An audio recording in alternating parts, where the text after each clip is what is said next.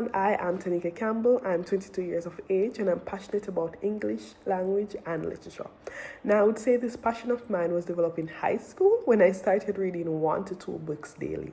Now, many have asked when and how. And it's as simple as this. For me, reading is about blocking out all the chaos around me and finding a place of solace. No, I've recently finished my bachelor's degree in psychology with a minor in criminology and philosophy. Sounds sophisticated, right?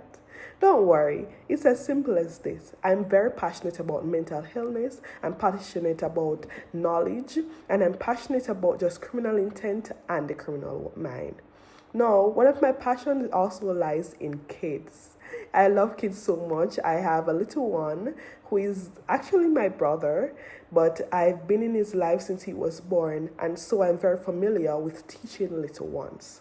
I've also been an assistant teacher at a very prominent infant school close to me in their summer program, as well as tutoring other kids their age. Now, with a fresh, innovative, patient, and loving mindset, I'm looking forward to meeting you all. Bye, guys.